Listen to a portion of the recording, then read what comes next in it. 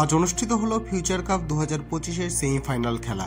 এদিনের প্রথম সেমিফাইনাল খেলায় মুখোমুখি হয় দ্য ডার্ক নাইটস বনাম হলদিবাড়ি মাজার শরীফ। দ্য ডার্ক নাইটস এদিন টসে জিতে প্রথমে ফিল্ডিং করার সিদ্ধান্ত নেয়। হলদিবাড়ি মাজার শরীফ প্রথমে ব্যাটিং করতে নেমে নির্ধারিত 12 ওভারে 8 উইকেটের বিনিময়ে 111 রান করে। জবাবে দ্য ডার্ক নাইটস 1 ওভার বাকি থাকতেই 3 উইকেটের বিনিময়ে ম্যাচটি জিতে নেয়। প্রথম সেমিফাইনালে ম্যাচের সেরা নির্বাচিত হয় দ্য ডার্ক নাইটস দলের বনমালী। সে 29 বলে 41 রান করার পাশাপাশি বল হাতে 2টি উইকেট নেয়। এদিনে দ্বিতীয় সেমিফাইনালে মুখোমুখি হয় ওয়াইল্ড লিওপার্ড বনাম কৃষি farm cricket club. Wild leopard এদিন টসে জিতে প্রথমে ফিল্ডিং করার সিদ্ধান্ত নেয়। কৃষি ফার্ম ক্রিকেট ক্লাব প্রথমে ব্যাটিং করতে নেমে নির্ধারিত 12 ওভারে 7 উইকেটের বিনিময়ে 200 রান করে। জবাবে ওয়াইল্ড লিওপার্ড নির্ধারিত 12 ওভারে 6 উইকেটের বিনিময়ে 153 রান করতে সমর্থ হয়।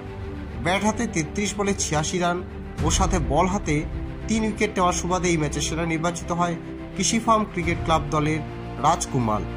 আগামী শনিবার 1 ফেব্রুয়ারি দুপুর 12টায় টুর্নামেন্টের ফাইনাল খেলাটি অনুষ্ঠিত হবে বলে জানা গিয়েছে এবং ফাইনালে মুখোমুখি হবে দ্য ডার্ক নাইটস বনাম কৃষি ফার্ম ক্রিকেট ক্লাব।